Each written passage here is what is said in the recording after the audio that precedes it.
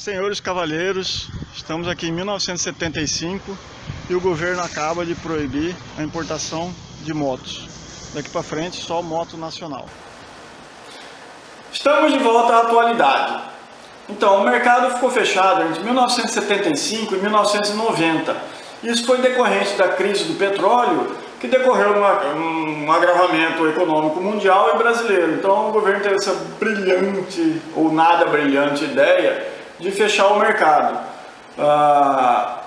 Então, vamos ver todos os modelos Honda e Yamaha, que eram as principais marcas da época e até hoje ainda são. Vamos ver quais foram os lançamentos. Em 1974, a Yamaha lançou a RD50. Então era uma moto de 2 tempos, tinha 6,3 cavalos e tinha a máxima de 85 km/h. E ela já tinha o sistema Autolube. O que é isso? As motos 2 tempos necessitam de queimar óleo junto com a gasolina. E esse Autolube não precisava, era um reservatório de óleo 2 tempos separado, não precisava de misturar no tanque. Em 1976, a Honda lançou uma moto pouco conhecida, a CG125. Essa moto é incrível, ela perdura até os dias de hoje, vendeu muito, ainda vende muito. E no decorrer do tempo, óbvio que ela recebeu diversas melhorias. Ela tinha 4 marchas, o sistema elétrico dela era de 6 volts apenas, que era comum na época, e 11 cavalinhos. E no mesmo ano, a Yamaha lançou a RD75, que era a RD50 uma cilindrada maior. Então tinha 7,3 cavalos, 77 kg, 6 volts, e o farol dela era incrível. O farol dela, a lâmpada, era de 15 watts. Imagina o que ela iluminava, uma maravilha. E aí no ano seguinte, em 77, a Honda lançou a ML, que era a base da CG, e a Turuna, que também era a base da CG. Então a ML era uma moto mais luxuosa, tinha freios a disco na frente, que era algo luxuoso, e a Turuna era uma esportiva, era a esportiva da época. Ela tinha uma cavalaria um pouco maior, 14 cavalos. Em 77, a Yamaha lançou a RS125. Era uma moto 2 tempos, 6 volts a bateria, 12,7 cavalinhos, 5 marchas, 94 quilinhos. Os motores 2 tempos são mais leves, e ela alcançava 110 km/h, então tinha um desempenho interessante para a época. E aí no Brasil começou meio que ficou definido, estabelecido, que a Honda produzia motores 4 tempos e a Yamaha 2 tempos. Então no exterior é diferente, tanto a Honda quanto a Yamaha tinham motores de 2 tempos e 4 tempos. E para quem não conhece de motor, o motor 2 tempos ele tem algumas características. A cada giro do girobrequim tem uma explosão do motor. No 4 tempos, a cada 2 voltas tem uma explosão. E como eu disse anteriormente, é queimado o óleo junto com a gasolina.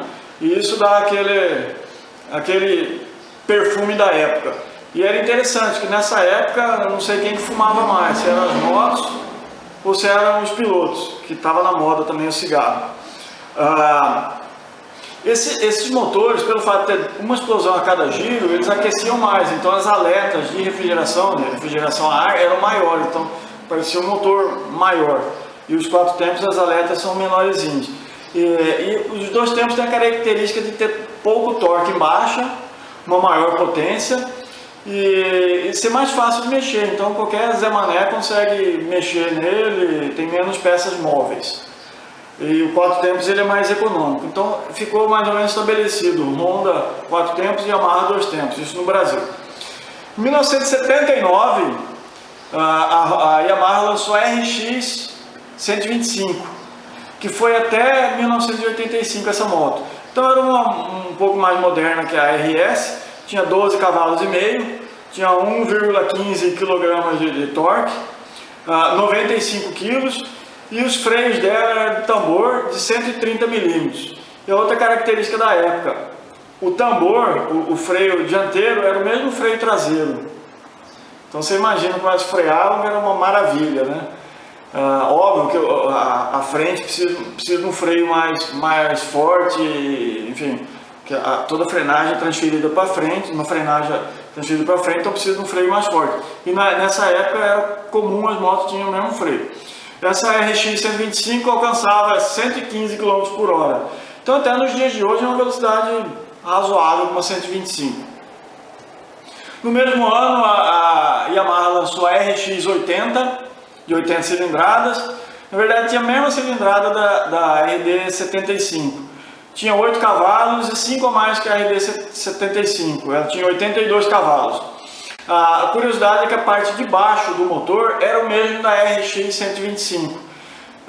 Então se a pessoa tivesse um mínimo noção de mecânica, eles trocavam a parte de cima, o cilindro e os pistões para 125. E a Yamaha não recomendava essa alteração porque a moto tinha um chassi e um freio piores. Essa moto alcançava 94 km por hora, uma oitentinha, e os freios eram de 110 milímetros. E nesse ano a Yamaha inovou, ela lançou a TT 125, todo terreno, que era a primeira trail lançada no mercado. Então a base do motor, aliás a base da moto era a RX 125, com um chassi um pouco mais reforçado, a suspensão um pouquinho melhor e o design diferenciado. A moto tinha uma relação mais curta, né, para mais força, então ela só alcançava 105 km por hora. E interessante a característica é que o escapamento ele era similar aos escapamentos esportivos da época, que passavam por baixo do motor. Então isso aí para o off-road é péssimo, né? Qualquer pedra, qualquer galho engastalha a moto. E essa moto vendeu bastante. E minha primeira moto foi uma TT 125, que carinhosamente era chamada por toda torta. A Yamaha teve sucesso e a Honda ficou meio que dormindo no pedaço de lançar um modelo similar. Até que uma revenda Honda, uma grande concessionária, a Jumbo Moto, ela lançou uma FS 125, que era o Fora Estrada, que ela adaptava a CG com uma suspensão um pouquinho melhor, um guidão mais alto e tal, mas essa moto não foi oficial da Honda, mas a Honda acabou distribuindo em outros concessionários. Em 1980, a Yamaha lançou a RX 180, e aí tinham dois modelos, a Avante e a Custom.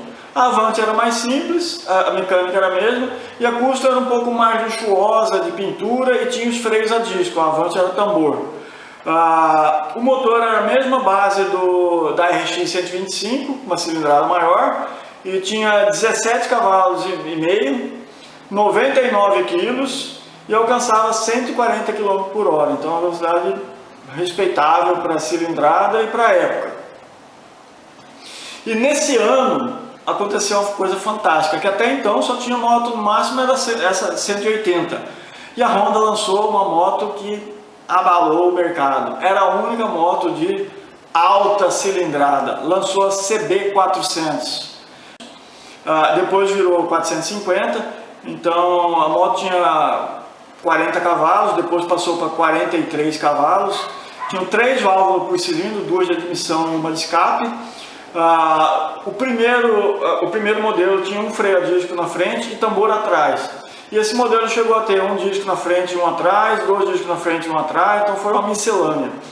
A princípio ela tinha 176 cavalos quando era 400, depois passou para 181 e alcançava incríveis 170 km por hora, mas só para os corajosos, porque essa moto tinha uma suspensão um pouco limitada, a suspensão e chassi dela não era para tal velocidade. E a curiosidade é que a moto tinha aro 19 na frente e 18 atrás. Hoje muitas Big Trails têm esse aro 19 na frente, ela possuía. Era uma característica da época, a maioria das motos eram aro 18.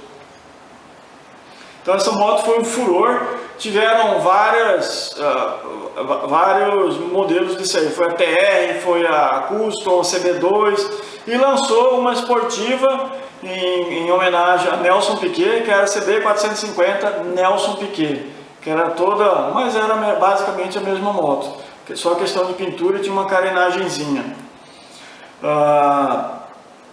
Chegamos agora em 1981, a Yamaha lançou, um belo lançamento, lançou a DT180. Então foi a primeira moto com suspensão monochoque atrás, ela tinha 150 mm e na dianteira 200 mm, então uma suspensão razoável até para os padrões de hoje. Então era um motor novo, não era motor aproveitado da RX 180, tinha 16,6 cavalos e 1,74 de torque. E os motores torque, os motores de 2 tempos costumam ter pouco torque em baixa, e ela tinha uma inovação que era chamado Torque Induction, que na verdade é uma tubulação, uma expansão do ar, da mistura ar-combustível antes de entrar no cilindro, que dava uma maior torque em baixa. Essa moto tinha apenas 102 kg. Os primeiros modelos tinham 5 marchas apenas e a balança traseira era de secção redonda. Posteriormente veio 6 marchas e a secção quadrada. E passou também a ser 12 volts do sistema elétrico. E eu fui um feliz proprietário de uma DT180. Foi a primeira moto que eu viajei. Fiz 2 viagens longas com ela. A primeira foi de 150 km. E a segunda viagem longa foi de 100 km. A moto era uma porcaria na estrada. Ela mal chegava a 100 km por hora. E perfumava a gente com aquele 2 tempos. Então a Yamaha estava tendo sucesso na linha fora de estrada. E aí a dona Honda resolveu acordar. Lançou uma moto espetacular, a XL 250R. E essa moto foi de 82 até 97. E o primeiro modelo tinha 22 cavalos, depois a Honda lançou primeiro era com um carburador, depois lançou com um carburador, com 2 carburadores, que era um sistema que em baixa rotação, um só carburador alimentava os 2 dutos de admissão, e em alta eram os 2 dutos. Isso aí, ó, era uma maravilha para dar defeito. Então a moto costumava falhar e com a gasolina porcaria nossa acabava que piorava. E posteriormente ela lançou com um carburador só. A moto tinha 6 marchas, 2,1 kg de torque, 128 kg e os freios dela eram tambor. Então ela alcançava em torno de 130 km por hora. O curioso é que a moto só tinha partida a pedal. E aí que era de lascar. Aí era a hora dos machos provarem que eram machos mesmo. Essa moto costumava dar um contragolpe. Então, quem não conhecia de motor, você tinha que achar a posição do pedal para poder dar a pedalada, senão ela voltava. Então era comum ver gente com canela roxa e bem roxa, que voltava com toda a força e com perna destroncada. As suspensões dela já eram dignas de uma suspensão atual, tinha 230 mm na dianteira e 190 na traseira.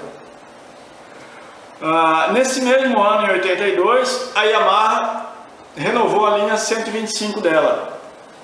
Lançou a RD 125 e a RDZ, que era esportiva, também 125. Depois essas duas ganharam 10 cilindradas, passaram a ser 135. Então essas motos já ganharam o sistema 12 volts, tinha em torno de 17 cavalos, 117 kg e alcançava em torno de 125 km por hora. Então os motores gritavam alto e jogavam fumaça na concorrência, literalmente. E aí teve um buraco nos lançamentos, de 82 até 86, apenas com algumas atualizações dos modelos. Até que, finalmente, foi lançada uma moto de cilindrada maior no Brasil. A Honda trouxe a CBX 750F. Na Europa tinha esse modelo e o modelo mais sofisticado que tinha refrigeração a água. Esse modelo de refrigeração a ar veio para o Brasil. As primeiras unidades eram importadas do Japão e tinha algumas características. O aro da frente era aro 16 e 18 atrás. Isso era comum nas motos esportivas da época, até as motos de competição da época eram desse jeito. Então elas mudavam de trajetória com muita facilidade. E esse modelo, na dianteira, o 86 tinha regulagem na dianteira e tinha um sistema anti-mergulho, que quando freava a frente dela não afundava tanto.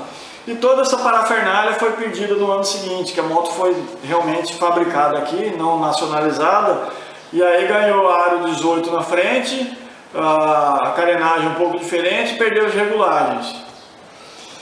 E a dona Yamaha, para não ficar para trás, no mesmo ano lançou a RD 350.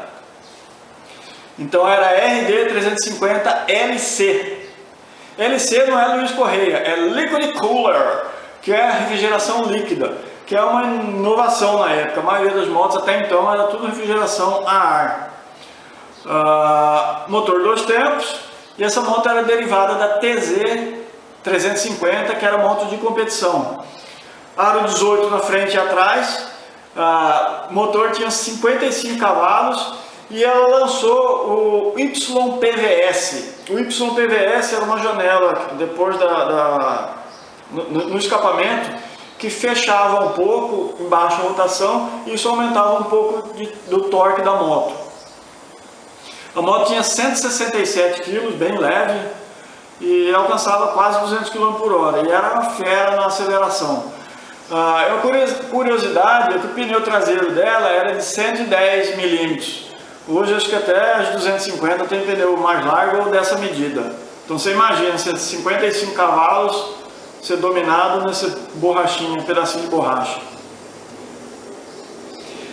E essa moto foi até 1993, tá?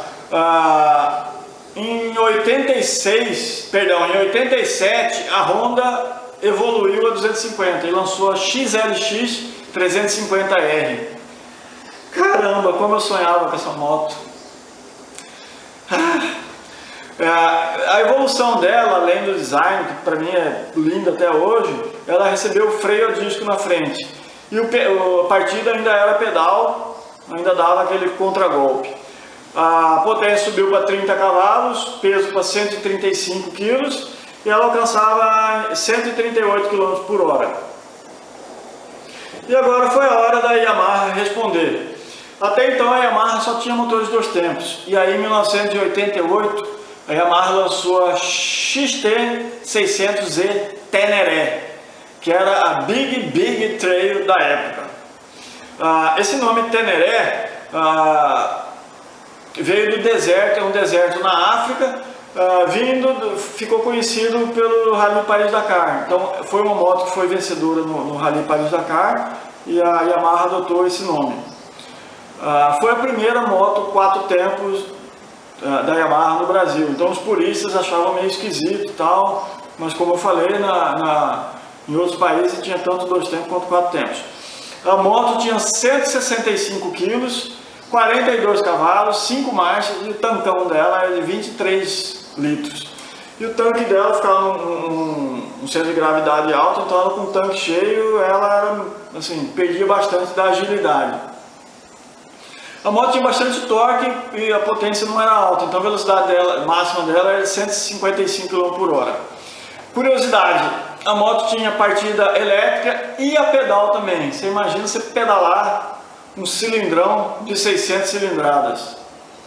As suspensões tinham um bom curso e o assento dela era alto. Então os nanicos não podiam nem sonhar com ela. Então não foi uma moto dos meus sonhos, porque eu tinha que usar salto alto. Em 88 a Honda lançou a CBX 150 Aero, que era uma evolução da CG. O design dela bem sofisticado para a época.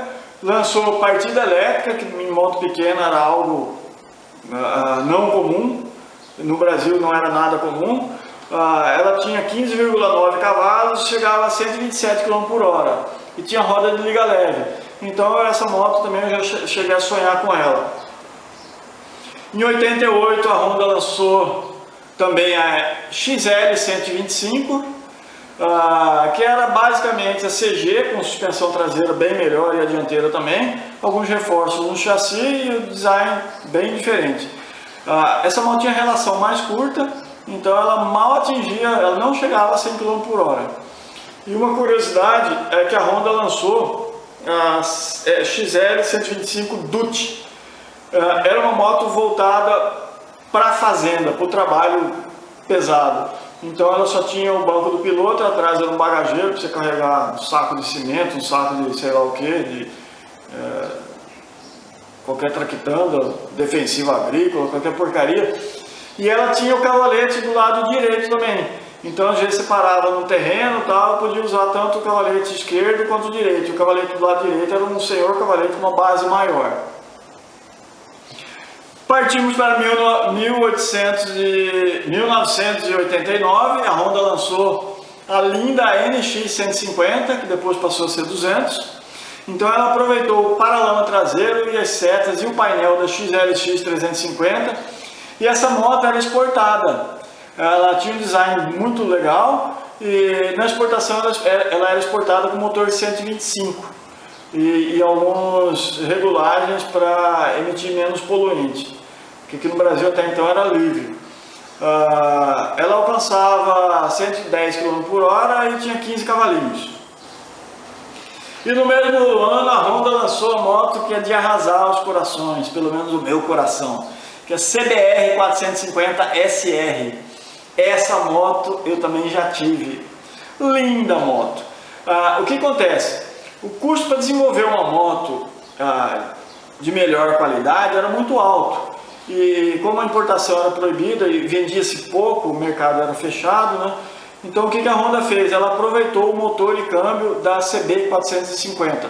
Jogou uma pimentinha lá, um outro comando de válvula, que passou a ter 46 cavalos e meio. E esse projeto ele foi desenvolvido dos engenheiros da Honda Japão com os engenheiros da Honda Brasil. O design dela, para mim, até hoje me desperta paixão. Então era uma moto de 178 cavalos e atingia 180 km por hora. Para a época, o chassis e as suspensões eram bem acertadas, então você podia rodar uma velocidade maior que não era tão... Essa moto foi fabricada até 94 e o interessante é que em 90 abriu as importações. Então a Honda gastou uma fortuna com todo o desenvolvimento da moto e no ano seguinte já pôde ter a importação. Então, e aí já vieram CBR 650, CBR 1000 que importadas. Então essa moto é bem rara e é uma coisa da Honda Brasil. E finalizando aqui, a última moto lançada até 1990 foi a DT-R 180, que era a base da DT 180. Tinha aro 18 na frente, 17 atrás, motor um pouco mais apimentado, 18 cavalos, 105 kg, e ela atingia 120 km por hora. Então ela